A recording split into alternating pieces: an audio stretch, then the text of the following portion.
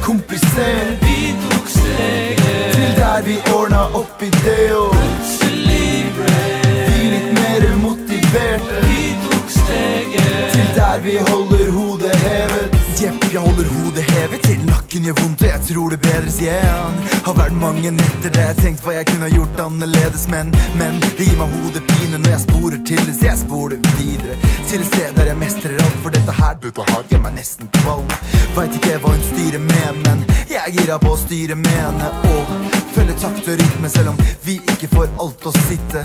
Lærte å ikke alltid låse meg fast og ikke la nederlag forbli en sak. Kan ikke la det forbli en sak. Tar alt som en dag for dag. Plutselig ble alt som mer komplisert. Vi tok steget til der vi ordna opp i det, og plutselig ble vi litt mer motiverte. Vi tok steget til der vi holder hodet hevet. Jeg vet vi ordna opp og sånn, men er vi fortsatt cool på bånd? Jeg mener noe sånt som at ting blir fort for voldsomt, og da sånn ting skjer, så er folk så slitsom, så jeg tar litt avstand, for ikke ende opp som drapsmann. Situasjoner som er lett oppklart, det er min favoritt, og det er så smart, men jeg fortsatt konfliktsky og mange ting jeg skulle ha gjort på ny, men plutselig ble livet mitt mer organisert, og vi tok steget til der jeg fant ut at det kjøpt. Plutselig ble alt som mer komplisert. Vi tok steget til der vi ordna opp i det, og plutselig ble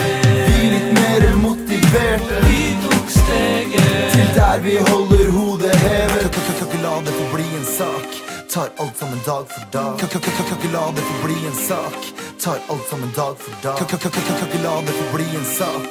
Tar alt som en dag for dag. Vi tok steget til der jeg fant ut at det kjøpt. Plutselig ble alt som mer komplisert. Vi tok steget til der vi